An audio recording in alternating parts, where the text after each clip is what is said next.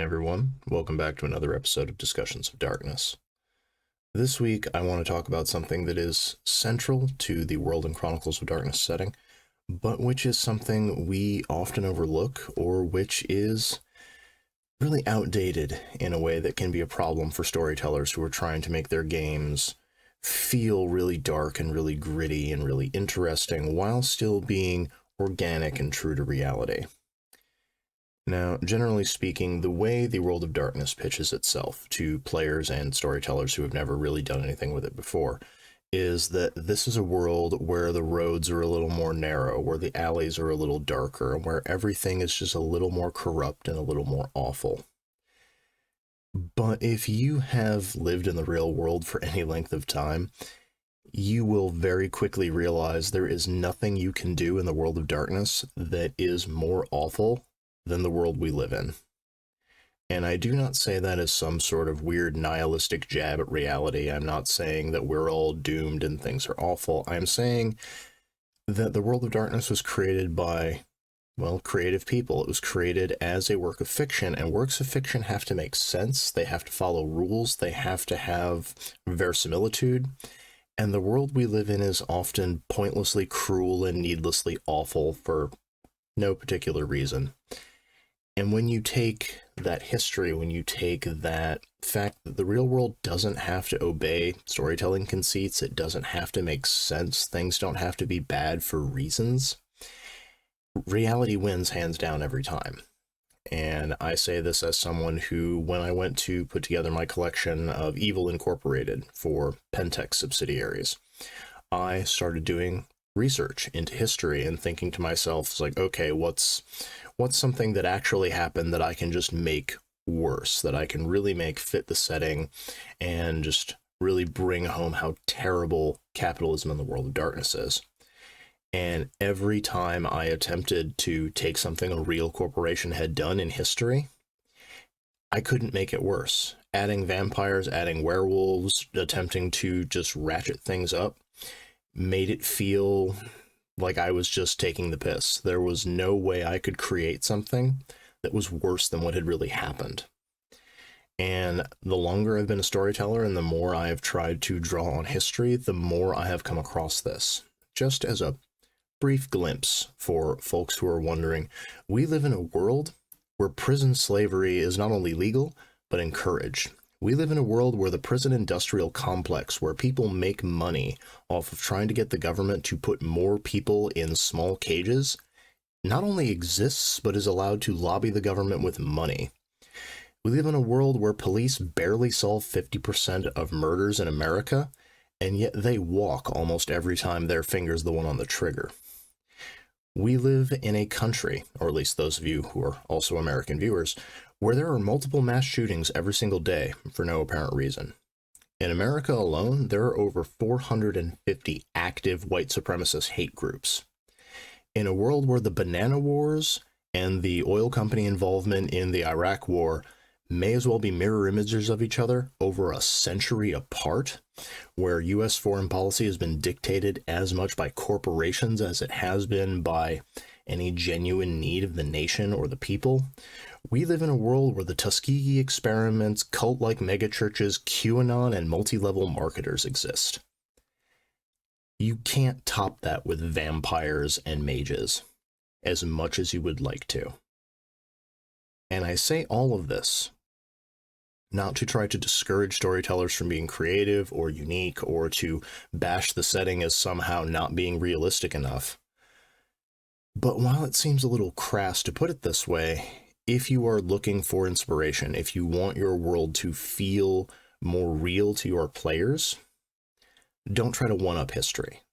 Instead, draw on these facts of the world that we live in. Draw on these things without taking responsibility for truly awful things and without taking the driving force of atrocities away from humans.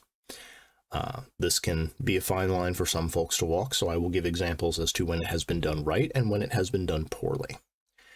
Let's start with the bad example, since it may be fresh in some folks' minds out there. There was a controversy not so long ago where there was a book, I cannot remember who was in charge of it, but it was a vampire book. And in this book, part of it was talking about the genocides and the awful crimes that had happened in Chechnya. I believe that's what it was. But the driving force behind lots of these things, behind these purges of unwanted persons, had been put down to vampires. And that was the explanation for how something so awful had happened was, blood-sucking immortal creatures who have lost their humanity were the ones behind it. And the reason that was insulting is it took a very human tragedy where there were still people alive today who had seen it, who had experienced it, who had managed to survive it. And it said that it was so inhuman, it had to be done by made-up monsters. And that is a very poor way to handle it. It's much the same way as if someone were to run a World War II game and say, instead of Hitler's ideology, the Nazi rise to power, all of that, saying that it had instead been orchestrated entirely by vampires. That takes all the responsibility off of people, and it changes events of history to a point where it may be more comfortable that such awful things are orchestrated by secret puppet masters that aren't really people. But these are things that people did in a world where people live in. And that is not just good storytelling, but it is keeping that reality of this hidden secret world of these things happen because of people.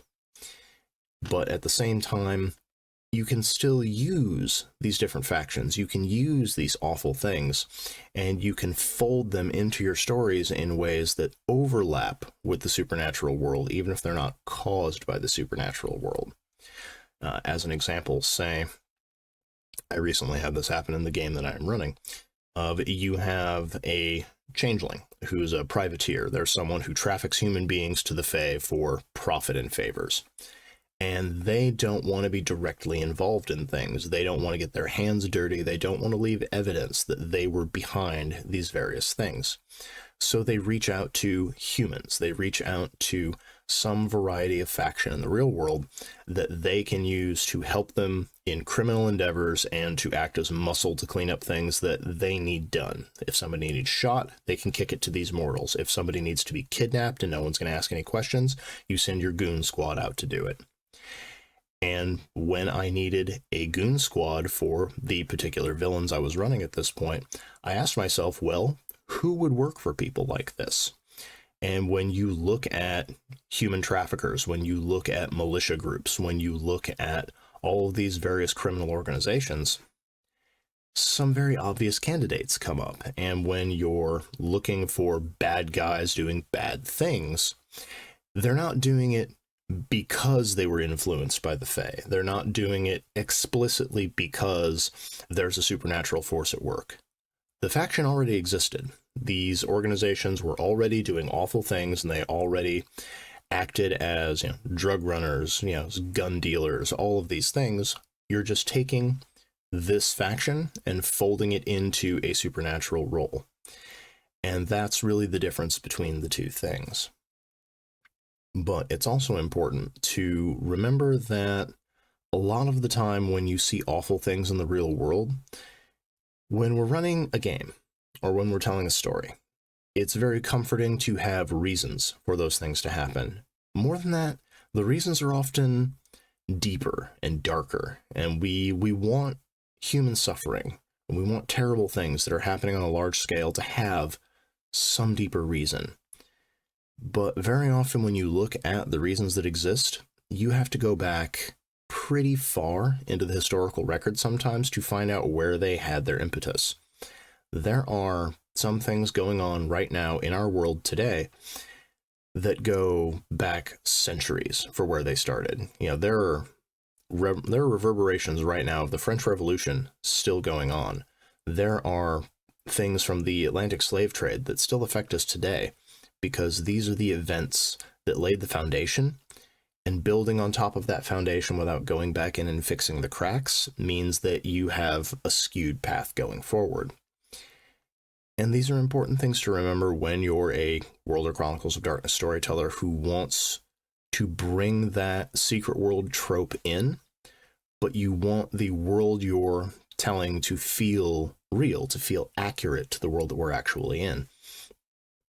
And that's sometimes uncomfortable when you want to do all of the research, when you want to get it right, you'll find out a lot of things about the world we live in that are very uncomfortable, and that a lot of the time will feel like you're purposefully making the world worse than it is, and that you're attempting to go over the top with your telling. But that's just reality, unfortunately. And the real world does not conform to what we want it to be. It's just what it is, and we can take it or leave it, or we can actually change it and make it less terrible in the games that we run. But that is something I'd actually recommend people do, to piggyback off of something I've said in previous videos where I talked about horror in your game. Just as storytellers will often try to make the setting worse, so too they will try to strip out anything in the story that could be seen as good or hopeful or successful. And that's also a mistake, because just like the real world has good things in it, there are beacons of hope, there are things that are progressive, that are getting better. Your stories need to have successes, they need to have triumphs, they need to have some chance that something is going to get good. So when it comes to properly showing the darkness, you need to have some light for contrast. And that is something that is very important to remember. Don't purposefully try to make things worse. Just take things that are already bad and let them be.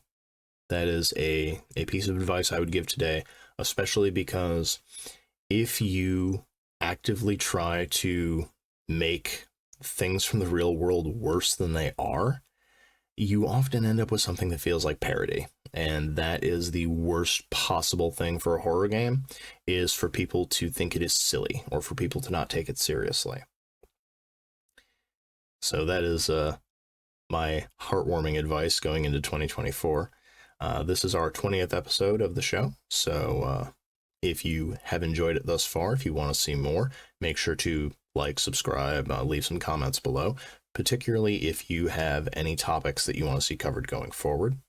Or lastly, if you have a real-world historical event that you found eye-opening that is terrible, that you think would make good fodder or inspiration for a World of Darkness game or a Chronicles of Darkness game, leave it in the comments below. Let us help each other start our research for those of us who have not delved into history and who aren't sure where we could find story seeds going forward. But until next time, happy gaming, everyone. Thank you for staying to the end of this episode of Discussions of Darkness. If you enjoyed it, please consider liking the video and sharing it on your own social media to help boost the signal. And if you'd like to help us keep the show and channel going, don't forget to hit that subscribe button as well. If you have any questions about the topic I covered today, or if you have something you'd like to see covered in a future episode, make sure to leave it in the comments below. Lastly, please check out the link in the video description to browse all of my World and Chronicles of Darkness supplements from Azukail Games. So far, we've covered Changeling the Lost, Vampire the Masquerade, Mage the Awakening, and Geist the Sin Eaters, in addition to a handful of general supplements that will be useful for any game set in the World or Chronicles of Darkness settings. Thank you in advance for your support. You're the ones who help us keep the lights on, so we don't fade into the shadows.